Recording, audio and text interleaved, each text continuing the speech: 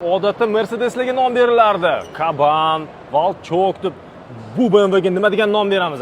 O'rtoqlar, bu BMWdan yangi konsept 2024-yil so'ngida ishlab chiqilgan BMW Skytop konsepti. Bu BMWni roadsterlarga, kupelarga va kabrioletlarga bo'lgan kelajakka nazari.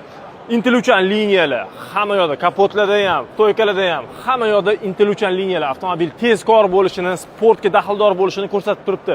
Disklar yangi dizaynda, bunaqa disklar menimcha yo'q. Chetdan ekranda, displeyda ko'rish o'zgacha, lekin uni hayotda ko'rish umuman o'zgacha hissiyotlar beryapti. Faralan liniyalarini qaranglar, ingichkaligini, vixliplari bilan, mana bu pastdagi dumaloq arkalari bilan juda ham o'zgacha ko'rinyapti.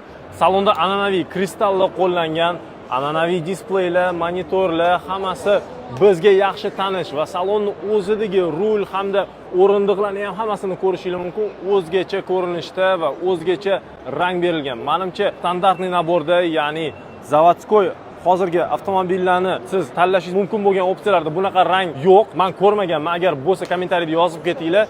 Agar yoqqan bo'lsa, sizlardan bitta chiroyli, yorliqqina like va biz davom ettiramiz.